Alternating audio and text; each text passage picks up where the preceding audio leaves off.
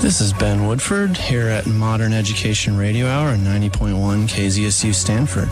This is the show where we dig into everything from current research trends to far-out ideas concerning any topic even remotely related to education. I'm Ben Woodford, your host here in the studio. I'll be with you every Friday from 3 to 4 p.m. for your commute. Here at Modern Education, we bring cutting-edge ideas, philosophical discussions, insights from experts, and just about everything else you want to know. The goal is to help listeners interact with and understand learning in all its forms. If you have questions or suggestions for the show, you can tweet at BenWoodford1 on Twitter. I'll do my best to include your ideas in future shows. If you're a teacher, parent, student, or anyone interested in our collective future, I hope you'll tune in each week as we examine new ideas and interview guests from a variety of backgrounds. Back in the studio with Modern Education, I'm your host, Ben Woodford. In education news this week, a recent study showed that investing in early childhood interventions for low-income children more than pays for itself. Researchers followed a group of almost 1,000 children since 1980. Then they looked at the group's contributions to society measured by multiple factors. The lead author, Arthur Reynolds, was quoted saying, "We need to think about early childhood as school reform. We need a concerted effort across school districts, mayors, principals, and community activists to think about how we can align the services we provide." Reynolds' team from the Institute of Child Development at the University of Minnesota completed a related study that showed the financial return was almost $11 for every dollar spent on effective intervention for children. These and other related findings, there's a whole body of evidence starting to build around this, shows that investing in young people is not only a good idea, but it makes solid economic sense. Now, my question for the audience, why isn't America making investments in early childhood intervention when we know it pays back 1,000%, which is better than any investment I've ever heard of anywhere? Now, if you have any thoughts about this, you can tweet at BenWoodford1 and let me know your thoughts on it. You can always look me up on social media as well. I would love to hear your thoughts and get a little input as far as why you think America is not making these important investments. Now, in the studio, I have a guest, Kiana Jobe. She is an amazing high school teacher. She holds a BA in mathematics from Sonoma State University with a concentration in secondary teaching. She has a single subject teaching credential earned from Cal State Monterey Bay. In mathematics, she loves spending time with her 2 dogs and her significant other, Ryan. Kiana also enjoys traveling, good food, and dancing. Now, I'm going to bring her on the mic here and say hello. Kiana, thank you for joining me today. Thank you, Ben. It's great to be here. All right. I'm very excited to have you here.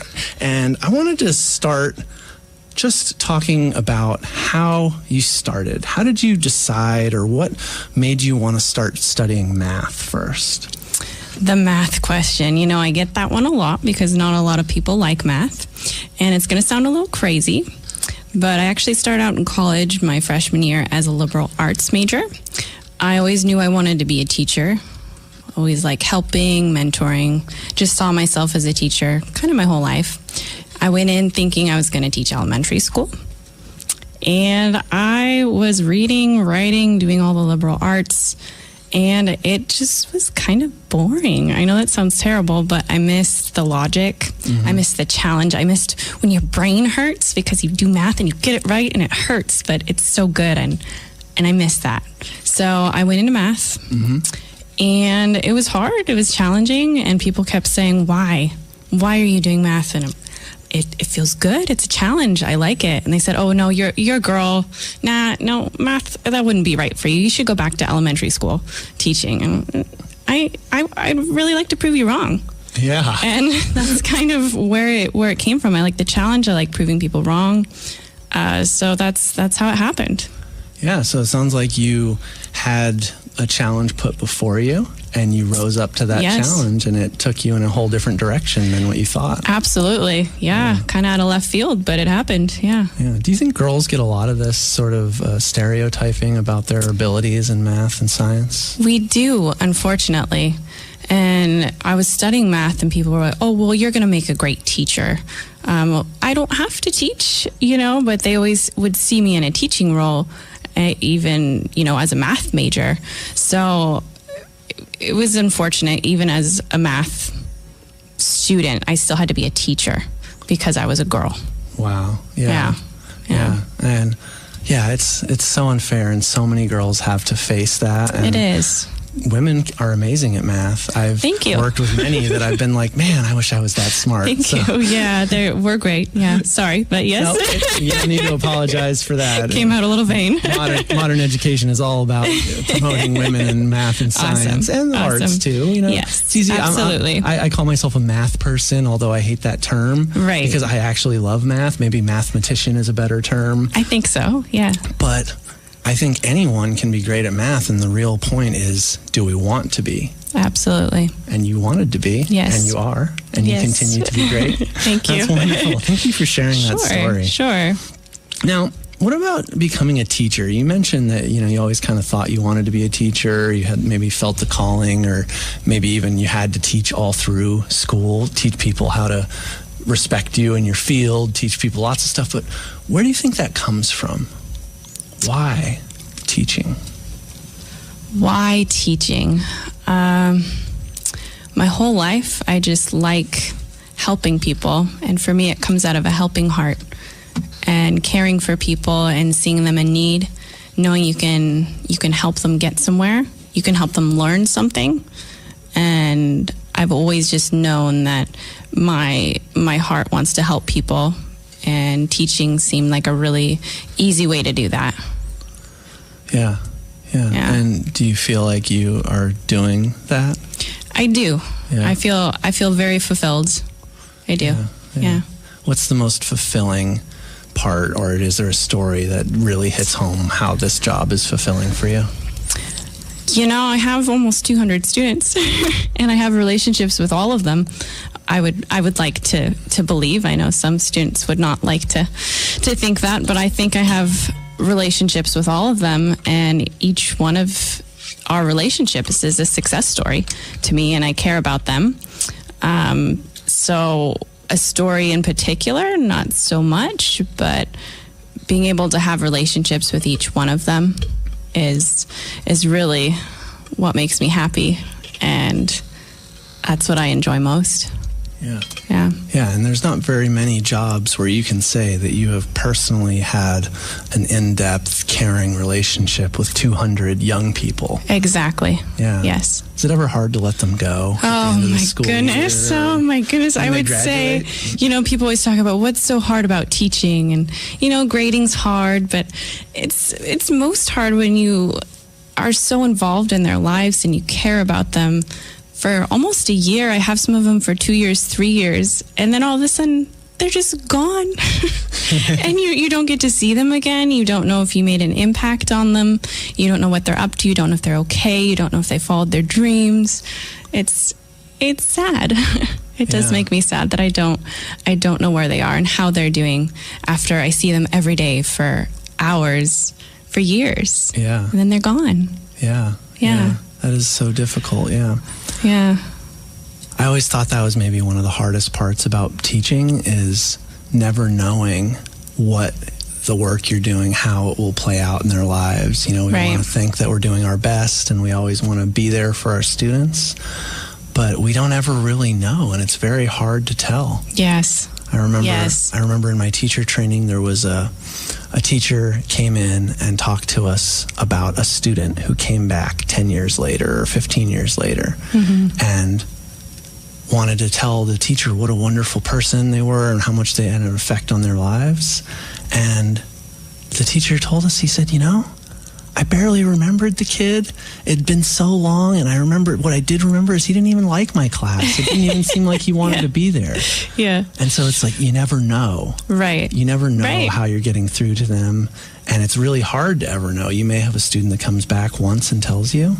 But there may be hundreds out there that think of you. And fondly it's going on the thousands now. Yeah. Oh man, how long have you been teaching? This is my 5th year. Okay. Yeah. All right. Yeah. And what would you say? Okay, we talked a little bit maybe about the hardest part of teaching, right? What's the best part? I would say being at school every day. I know this sounds weird, but I kind of feel like a celebrity. Doesn't sound weird at all to teachers. I see these 200 faces every day, and then I come into class, and it's, good morning, Miss Jobe, oh, hi. And it's like, it gives you a little pep in your step, Yeah. It's really early in the morning, and I didn't, want to wake up, and I didn't want to come to work, but, seeing your smiling face, and there's 40 of you just staring at me, so excited. It's really wonderful. I just love them so much. having them and their cute little faces, having all those relationships, that's the best part. Yeah. Is it ever hard to get up in the morning and make it to another day Oh of my school? goodness gracious. Why does it start so early? So what gets you out of bed in the morning when you know you've had a tough day? Or I think about those individual students, and I think about the relationships I have with them. And I mean, as a teacher, having a sub is quite a hassle. So yeah. I don't want to have a sub. So I need to get there, and I need to teach them what I want to teach them. And I need to see them and make sure they're okay, and build those relationships. Yeah. So it sounds like there's a lot of ownership there, right? You feel responsible. I do. I really do. Yeah. Does your paycheck the thing that makes you feel responsible? Not really. No. What is it? What no. do you think it is? What makes me responsible for them? This feeling of ownership. Where do you think that comes from? I feel like I'm their caretakers, and I own whether or not they learn. And that's a big responsibility. It is. Because if I don't teach them well, then they're not going to learn this. And that's the ownership. And right. I see them learn every day. And so I know I'm able to do it and effective, and I do have the ability. Yeah. So I know it's possible. And I own that. Yeah. Yeah. Yeah. So you're just saying, it sounds like you have a physical and real feeling that you own this job, and it has nothing to do with standardized tests or how much they pay you? I suppose not. Yeah. Wow.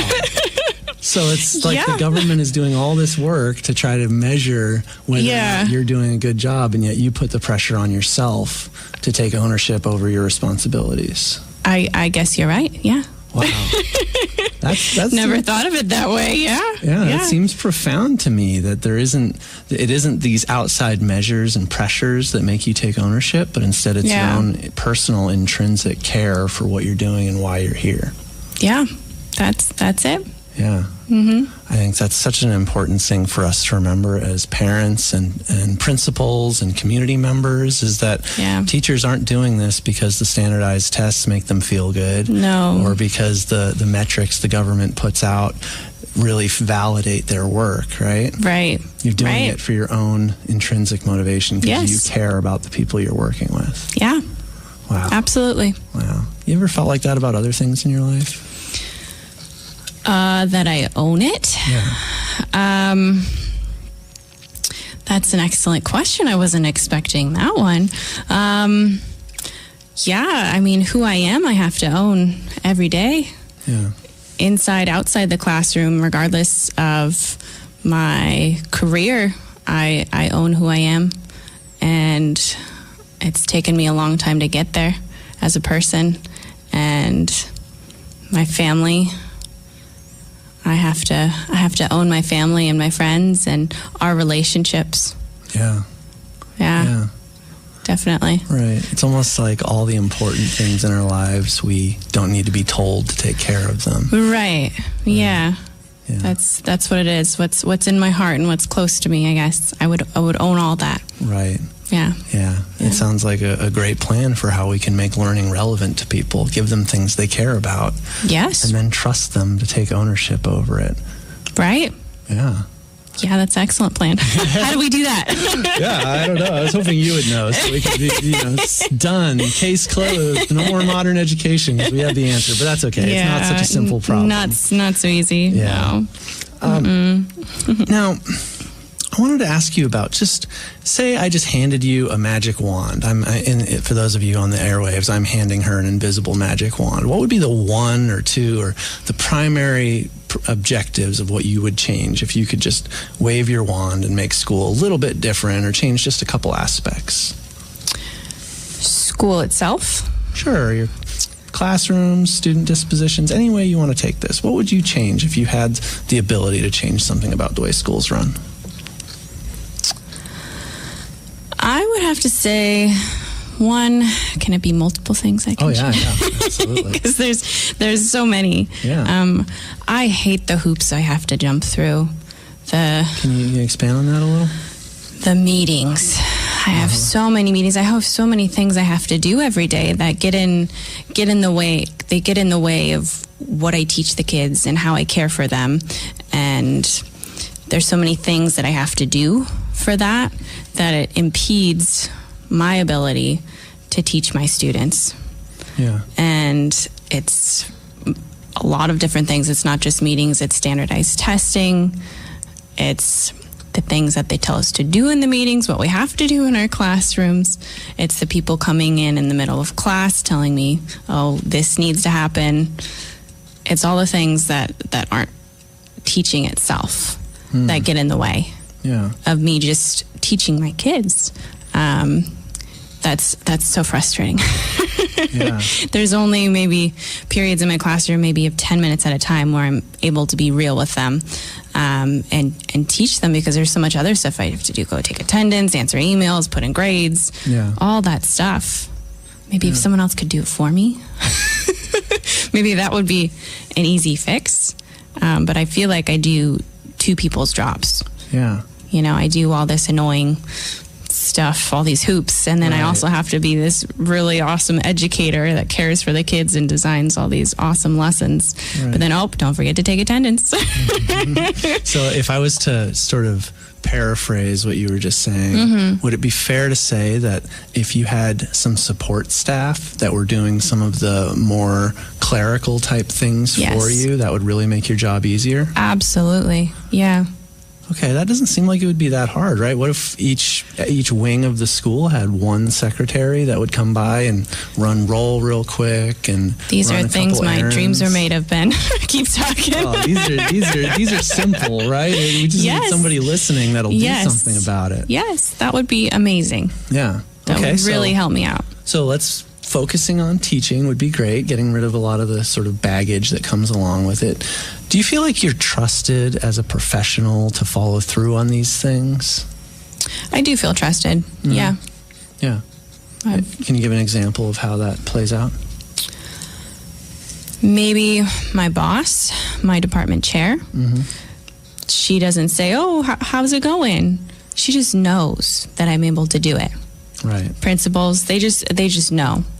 Yeah. I don't know how they know, but they trust me. Right. And I've never been tested like that. Yeah. And so I feel confident in what I do, and I feel trusted because I've never been tested. Right. Yeah. That makes sense. I think it does, yeah. And you're lucky. I don't think all teachers have had that same experience. I think some teachers get micromanaged quite a bit and don't have that sort of professional level or that professionalism that should go with the job. I mean, you work hard to get where you're at. Absolutely, right? yes. We have a song later that I'm going to play that talks all about the credentialing program. It's pretty funny. I'm excited. Yeah, me too, actually. Yeah. So that sounds like a really big piece, then, having that professionalism.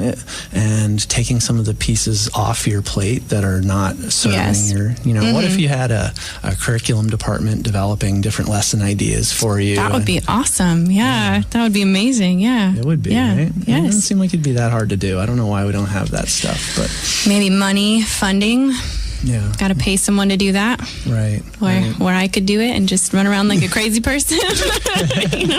Well, you make it look easy, so that's a good start. Thank you. Okay. Any other magic wands you would wave at, or any other things you'd wave your wand at? I would say one maybe comes from a different direction, from the community. Okay. I'll tell you maybe a little story. Please, yeah. say I'm at a barbecue with friends and you're hanging out, eating your hamburgers, hot dogs. You make casual conversation. So it always comes up, so what do you do? And I say, well, I'm a teacher. They say, well, what grade? And I tell them, oh, high school math. I teach statistics. And do you know what the number one response is to that? I probably do, but I want to hear you say it. Are you crazy? Are you crazy? And I mean, to a certain degree, I guess I am, but I think it's crazy on a different level. Mm-hmm. They think I'm crazy because I'm dealing with teenagers. Right. And it's really unfortunate that it's the teenager piece that makes me crazy. It's not the math. It's not the teaching. Mm-hmm. It's, well, aren't they annoying? They're punks. And they're not. They're such wonderful people. Right. They're wonderful human beings. I would like to change their image and how people think of them. They have so much to give the world, and they're not jaded by anything that's happened to them, and they're so excited to live their lives, and I believe in them. Yeah. And the community, these people at the barbecues, or anyone, they don't believe in the teenagers. Right. They're our future. They are. We need to believe in our future. I am so happy to hear that from someone else that believes it as well. That's so awesome. Yes. Yeah. Yes. So what do you think that does, this perception of teenagers being ineffective, or how do you think that affects us as a society, or you and your job? Well, my teenagers are always a little standoffish with me. When they first come into my class at the beginning of the year, they don't want to trust me because they don't know that I care, and they think I'm just going to say, oh, you little punks, you're so annoying, I'm always mad at you, you know? Because they've had that before. Yes, and they get that even from other teachers, from other people in their lives, and it really isn't good for them. It isn't good for their self-esteem, and it hurts me a little bit. Yeah. It does. I don't know, what else I can do about that. But the community needs to step in a little bit, I think. Yeah. Believe in them a little bit. Young people have such a hard time as it is. We all remember what it's like being a teenager. That's tough. It's rough. Even when you're accomplished and hardworking teenager. Most definitely. You still have a lot to deal with there. And having that belief and that faith in you put by the adults in your life, that's got to go a long way to alleviate that. Yes, totally. Yeah. Totally. Yeah. I would love to see that as well. I wish I actually had a magic wand for you. I know. Now, is there anything else, just before we get off this topic, anything else that you would love to see changed if you had the ability?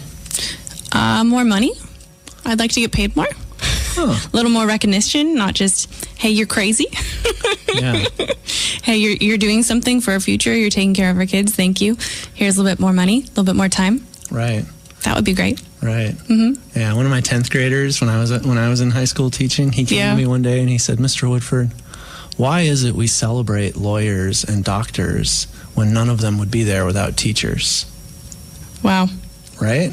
A 10th grader. Yeah. That's impressive. 10th grader laid out to me better than most adults what's wrong with our society. And that's profound. Isn't it? Yes. Isn't it? And, this seems especially salient right now with all the stuff going on with the survivors from the recent shootings, and how the teenagers are really stepping up and trying to take action.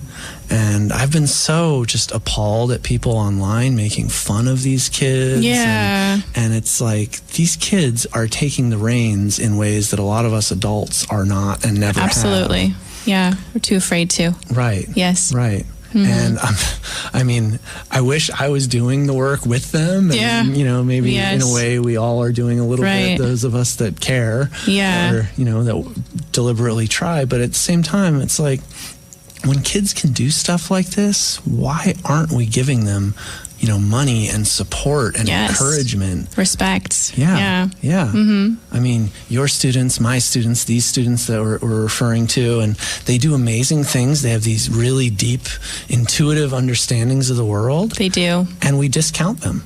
Yes. We push them to the side and say, you're not grown up yet. Wait till you're an adult, then you'll know. Right. you're not jaded yet. So right. You haven't quit, so we're not going to encourage you till you quit. Right. Absolutely. Yeah. Strange. Yeah. Very strange. Wow. Well, you know, I think these are some great things that are so easy and seem so obvious when you say them, and yet we're not seeing them in our administration and the government, in the supports that we really need as teachers and educators and parents and students. We all need these things, and if you can lay them out here, it really seems like a strange mystery to me why the powers that be don't come to the same conclusions and see how simple, like how hard would it be to get 2 extra administrative staff to be able to make your life easier and streamline your work every day. It wouldn't be that hard. No. And the cost versus the benefit, I think, would be huge. Right. The benefit to students, the benefit to long-term outcomes, the benefit for you. Yes. You might even not feel so bad about not making enough money to buy a house or whatever if you at least had the peace of mind to know that you were well taken care of and respected and supported. Yes, most definitely. Yeah. Now, I know you're an AP teacher. Yes. Yeah. What does that mean to tack AP onto a class? What does that mean to you? Well, it means it's a college level course in high school. So we learn a lot more and we go a lot deeper. It's a lot more difficult. And then at the end of the year in May, they have to take this big old AP test. And if you pass it, you get those college credits. Okay, so that's the nuts and bolts of what AP means officially, right? Right. So what does it mean to you as a teacher? Do you have non-AP classes? Or I do. Okay, so what's the difference to you? How do you approach that from a different standpoint? Or I kind of have to. Okay, yeah. Tell me about that. The AP courses are really, really rigorous, and we really have to push them. Okay. Getting through 12 chapters, finishing chapter 12 next week. It's a lot. And in my non-AP courses, we don't learn quite as much and we don't go as deep and it's not as difficult. So I kind of wish we could have a mix of both, because my non-AP courses, I don't know if we learn enough what I would like to get them to learn, but we do a lot more activities and we do a lot more, make them do a lot more silly things that are real life type of activities, and have them do some silly stuff in class that involves partner work and group work and running around the school and doing things at home, making posters, and we just don't have time for that in AP.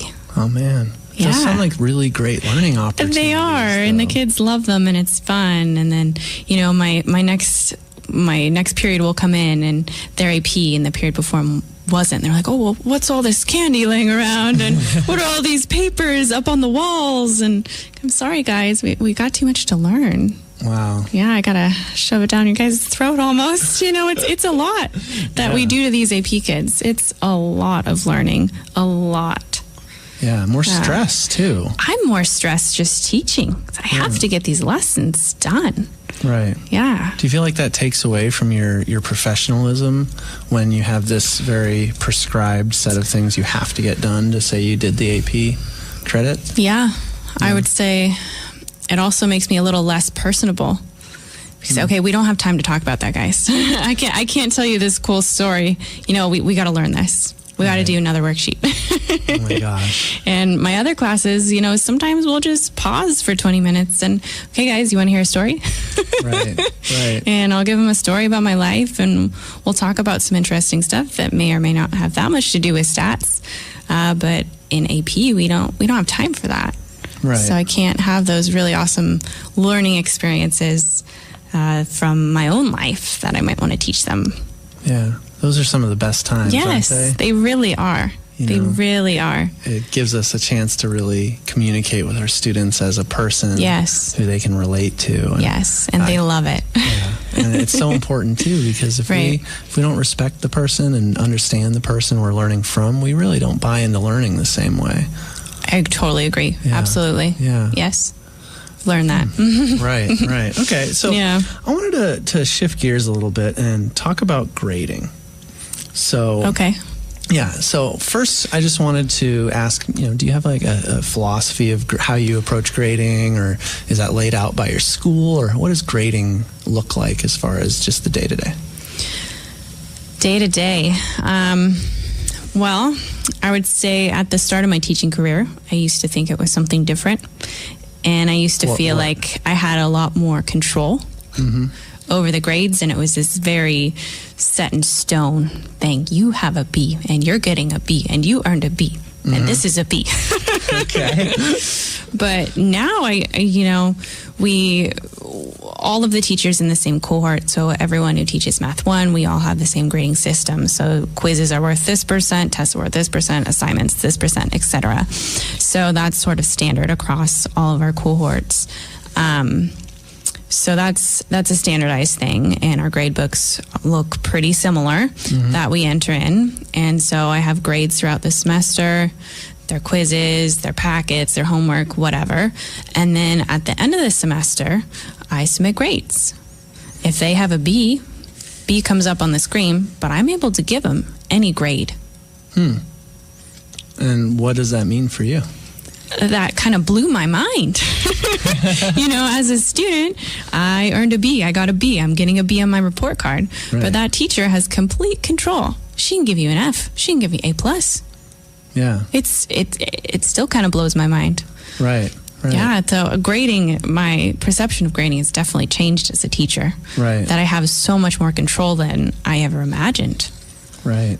Yeah, we always think of grades as this sort of external thing. Right. And maybe standardized tests are that way because we don't have any say in who designs the tests and what that means. But as a day-to-day, grades are being done by a human for other humans, which means there's always room to work that system or to understand the context of where that grade is at in someone's life. Right. Now, we talked before about a situation that came up with grading. And I was wondering if you could just sort of recount this situation with the student who grades did not apply. Sure. So this is a big story. This was my first year teaching. So I was under the impression that grades are very serious. This is the grade you're getting. And I had this one student who pretty much never came to class. She was a nice girl, very nice girl, but she just really wasn't there. When she was there, she would say she was going to give me some work, but it just never really happened. I think the last week of school, she didn't even show up, didn't take a final. So she had an F the whole semester, and so I had to fail her. So I go down to the counselors on senior F day, and I turn in all my list with all of my seniors who have an F. And so we're going through the seniors, and they say, oh, so-and-so, you're giving her an F? I say, well, yeah, she didn't show up. I didn't feel like I needed to explain myself, but I felt like the way they were looking at me, I had to. They said, oh, well, she's not going to graduate because you're giving her this F. And well, I'm sorry, that it is what it is. And this is what she earned, so I'm giving her an F. So I said, okay, all right. And then that was that. So I walked out of my classroom. This was maybe a week before graduation. Then come graduation, I'm at graduation, and guess who's on the stage graduating with her class? Wow. It's that student. Did you change the grade? I did not change the grade. Huh. So what do you, if you had to just take a wild guess, what do you think happened? I think someone changed her grade because they wanted her to pass and they wanted her to graduate. And it didn't matter what grade I gave her. And do you have a sense of her socioeconomic status and race background? She's white, and she's well known in the community, and her family is well known, and she's a nice girl, and well known in the community, that family. Yeah. So it seems like, and we don't know for sure, but it does seem like maybe her privilege in the community and her status was able to get her passed and maybe keep doors open for college and other things like that would have been closed if she failed out of high school. Right. Now, I know the other part of this story we were talking about another student who was in a similar situation. Correct. Can you fill us in about that? Yes. So that was my first year teaching. And I was, kind of new to the game. And I didn't know what was going on. I was like, maybe, they changed this girl's grade. I don't know what's going on. Maybe something came up so she could actually graduate. Maybe it was a mistake somewhere.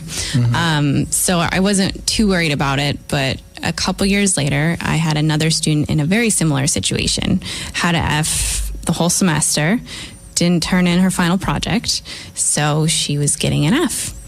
And I went down to the counselor, same thing on senior F day, here's my list. They didn't say anything for some reason. I don't know why. And then as I'm walking back up to my classroom, here's the student. She's with her brother, and they're both crying. I just turned in my list. Yeah. Just turned in my list, and they're crying, and she has all of her makeup work right there. Here's my project, here's this. Okay, all right, I'm going to pass, I'm going to graduate now. I go, I wasn't expecting this. So I went back down to the counselor, and I walked into the office, and I said, oh, well, here's so-and-so. She has all of her stuff. Can we just change her grade now? No. They wouldn't let me. They wouldn't let her. They're there crying. Nope. Wow. So, and what do you think her socioeconomic status and race? Her family was from El Salvador and pretty low socioeconomic status. Yeah. So this story really touched me when we talked about it, and it's part of the reason why I was really hoping to get you in here, because I think this is something that happens really often. Yes. And it's something that affects a lot of students and a lot of teachers. Right. And I'm hoping that by getting your story, this story out here, maybe it's not your story completely, but to be able to just demonstrate how much you as a teacher have the ability to really be the mediator between what opportunity and privilege your students have and what opportunity and privilege they'll get later in life. Right. And it's such a meaningful thing for us as teachers. I mean, I'm not in the classroom anymore, but I remember it well, thinking, man, some of these students, they just need a chance. They just need someone to believe in them. Right. They need, a little bit of a push to get where they're going. And, some students have all the money and tutors and support and everything they need, and they do great. Yes. Other students work their butts off all on their own with no supports and do great. Yes. But I think this story is really special in that it shows how much that privilege can change the route of a person's life. Right. When they have someone in their corner, when they're, respected and thought of in the community as someone who's nice or capable, will bend the rules, will make options for them. Yeah. And then a student who doesn't have that could just get left to the wayside, and it's no fault of theirs. They didn't ask to be born with no privileges. Right. Yeah. Wow. Powerful. It breaks my heart. Mine too. Yeah. Mine too. So has this affected you in any way as far as the way you think about the implications of your job? Absolutely. Yeah, I always thought grades were just grades and this is what it was.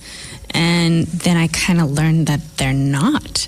I can just come when I have to turn in my grades and I can just change that grade. Yeah. And then all of a sudden they're graduating. And so it's really made me think a lot more if I'm going to fail someone and they're not going to graduate. Right. Made me think a lot more about whether or not I'm going to do that. Right. And I do everything in my power now so that I don't have to turn in that list with the F on it and they won't graduate. Right. I make a big effort now. That doesn't happen. And I haven't done it since those two. Right. Yeah. I haven't done it since then. Right. And that's, I hope every teacher that hears this, for as long as it's out there for them to hear, understands that it is their responsibility. Absolutely. And there is not some eye in the sky watching their every move, regulating them to make sure it's fair, because that's not fair. The way if we treat every student the same, it's not fair. Right. And we have the ability to change the course of the life of a young person. Right. And your story, I think, just illustrates that so well. And I am so happy that we got the chance to share this with more than just me. Yes, me too. Now, I wanted to ask just if you lived in a perfect world, what would you be doing for students as a teacher? If they had all the supports they needed and you knew they would have all the food that they needed and books and supplies and every student was coming with a support system, what would you be doing as their teacher? I think I could make individualized learning plans for each one because we're all different and we don't just need this set curriculum for each and every student. I think making a special learning plan for each one of them would be so amazing, and that would make me so happy because some of them are so interested in some things and they should really dive deep into that. And for them to really be interested in that and for me to supply them with all the possible tools for each and every one of them, that would be awesome for me. Because then they would be interested, and that's the goal, is that their heart's in it and they're learning about it because they care. Yeah. That would be awesome. Yeah, it would be tough. You'd have a lot of students. I would need a lot of support for that one. Right. But if you could give me that support, that would be ideal. Yeah. That would be absolutely ideal. Yeah, I agree. I agree. I think it seems so simple yet again. Right. If we could... Yeah, that's like what we do in college. We say, well, you choose what you're interested in and you're going to study it. Right. And then here's all the teachers to support you. Right. And the classes. So if we could do that in high school, that would be awesome. Why do you think we don't? Because every kid has to get their standards in. Reading, writing, math, it's... Right, we're back to those standards. Yeah, it's what we got to teach them. They have to know something when they graduate. Right. And sadly, we think they need to all know the same exact things. Right. Like they all learn it completely. Right. Same things. Yeah. So now I did a little bit of digging on the internet. I know you live in the kind of Gilroy area. Yes. And the median house price in Gilroy is $611,000, and it's appreciated 60% since the year 2000. Wow, I didn't know that. Now, do you own your house right now? Do you live in a house that you own? I do not. We rent. And is it because you can't afford a house or because you just don't want to? I can barely afford renting. Wow. Now, what would it mean to you to be able to afford to buy a house and travel and have that extra freedom outside of your work? I would be so happy. I feel like I would have a place in my community because right now I don't. I just kind of have to bounce around to whatever affordable place I can find to live. And I'm not even able to own my own house when all these other people are. And I'm caring for their kids, raising their kids, and I can't even live in the area. Wow. It hurts a little bit. Yeah. It's like a knife in the back when you're dedicating your life. Right. Yeah. What do you think? Why do you think it's this way? Why don't we pay teachers enough? Because we're paying all of our money to something else. Yeah. Priorities, right? Priorities, Yeah. I bet most people, if you ask them what's the most important thing, they would say the children. It's the children. Right. But we don't put our money where our mouth is. Right. Yeah. Oh, man. So I wanted to talk a little bit about this inflation, too. So the house prices have gone up 60% since 2000 in your town. Has your pay gone up to meet that? A little.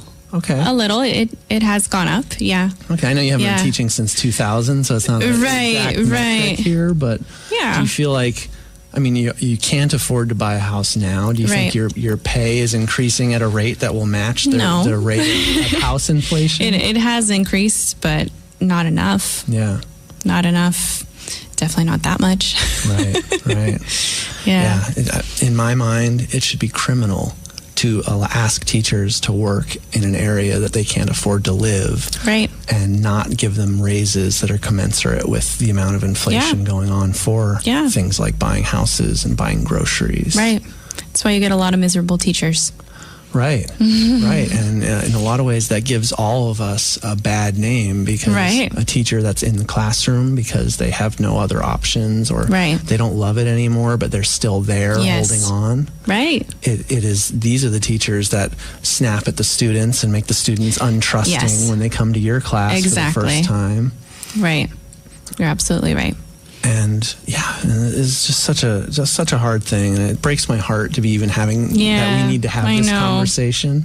I know. Because you should have that professional respect, and you should have the pay that goes along with that. Yes. I mean, what if all the doctors got together and said, we're going to make a fund for teachers? That sounds great. We wouldn't have made it without them. And all the lawyers, too. They all started a pool and started chipping in.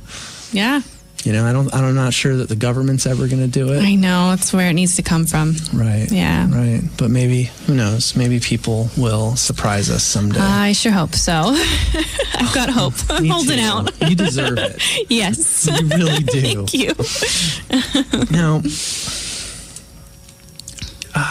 we talked about this a little bit, but I was poking around online and just reading about what people think about teachers.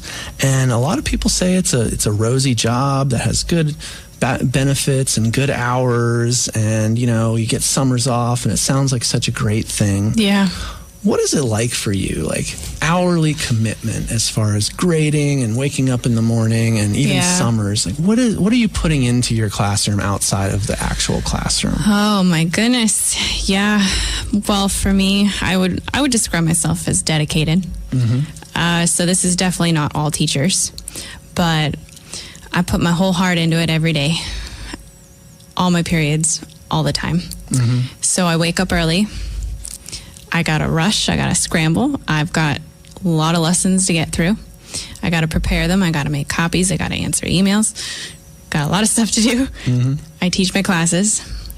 And then I got to go to meetings after school. I got to make more copies. I got to prep more. I come home, lucky enough to eat some dinner. But then I have to go to the store, get some materials for my lesson the next day. Oh my gosh. Yes, go to Costco, buy 400 apples, or whatever I'm doing, because I do crazy things like that. And then I come home and I gotta grade papers. Now it's 6 o'clock at night, 7 o'clock at night. Gotta grade papers. I'm up late at night doing that. Lucky if I get a few hours to myself. Yeah. And then I wake up and I do it all over again. Wow. A 12-hour day. Yeah. Yeah. And do you ever have to put in time on the weekends to this too? Yeah, absolutely. Yeah. What about summers? Summers, I take all to myself. Yeah. I need it to recharge, because I do have those long days, and I like to do something fun. Yeah. And just recharge, because I need it for the next year. Right. So I give it my all, my whole heart. Yeah, you deserve it. Thank you. I need it. Are you ever having to do trainings in the summer or anything like that? Oh, yeah. I forgot about that. Yeah, we do trainings. What does that look like? It depends. I mostly have AP trainings. Okay. So at the College Board, they'll have trainings in the summer. I did one a few months back on a Saturday from 8 to 3. Yeah. So there's a lot more that goes into it. A lot more. Right. So being a professional who is trusted at least by your school for being a professional. Yes. You're putting in a lot of extra work outside of just your school days. Right. So maybe these people who think that schooling, being a teacher is easy and having all this time off is great. You're off at 3 o'clock. Yeah. That's a big deal. Maybe they just don't understand really what goes into this. Well, I mean, you could be off at 3 o'clock. If you wanted to. Mm-hmm. I could make a bare minimum lesson, just some boring notes and some boring homework. Right. But I don't want to teach like that. And I want to be engaging and interesting and have cool stuff for them to do. And I want to make them do something crazy, like call the M&M company or something that's really going to throw them for a loop, and get them interested. So there definitely are teachers that are off at 3. And they don't grade at home. Yeah, right. And they don't offer tutoring after school for their students, and they don't go to Costco and buy 400 apples, and they're not there on Saturdays. So there is that possibility. Right. Yeah. So, yeah, it sounds like, again, you're holding yourself to a higher standard maybe than anyone would ever expect of you. Yeah. Because you've taken ownership over this role, regardless of who's watching or how much government oversight you have. Yeah. Yeah. That would be it. So maybe the government, instead of trying to tell us how to teach, should just be supporting teachers to be able to do what they want anyway, because they're going to do it with or without the government's help. That would be ideal, I think. Yeah. Could be. You're right. I wish. I wish. I know. I hope someone with lots of money is listening that can make all this happen. Me too. For us. Yeah. Please. You definitely deserve it. Thank you. Now, we're just about out of time. Do you have any closing thoughts you want to leave the audience with? A quick goodbye or words of encouragement for students or parents or teachers out there? Well, I would like to encourage communities to have faith in teenagers. They're your future. You should believe in them, and they're worth it.